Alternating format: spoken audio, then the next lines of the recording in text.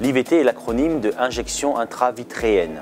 Le vitré, en fait, est la partie postérieure de l'œil dans laquelle on va injecter des produits dans la DMLA, des anti-VEGF actuellement, pour essayer de traiter le néovaisseau choroïdien. L'avantage de l'injection intravitréenne est que le produit est directement au niveau du site de la lésion, c'est-à-dire près de la rétine.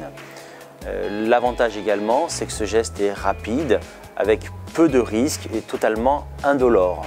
Il se fait soit au bloc opératoire, soit maintenant plutôt dans des salles dédiées, spécifiques, avec une anesthésie locale, par collyre, et une injection qui se fait à un endroit très précis, que votre médecin connaît bien, au niveau du blanc de l'œil, en arrière de la jonction entre le blanc et la cornée, qu'on appelle le limbe.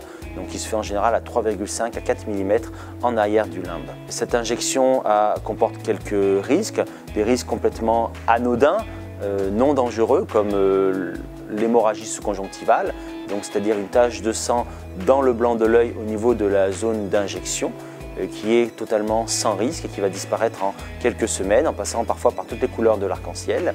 Et puis on peut avoir des risques un peu plus importants, comme l'infection intraoculaire, ce qu'on appelle l'endophtalmie, voire parfois le décollement de rétine. Mais ces risques sont là vraiment extrêmement rares, largement inférieurs à 1%.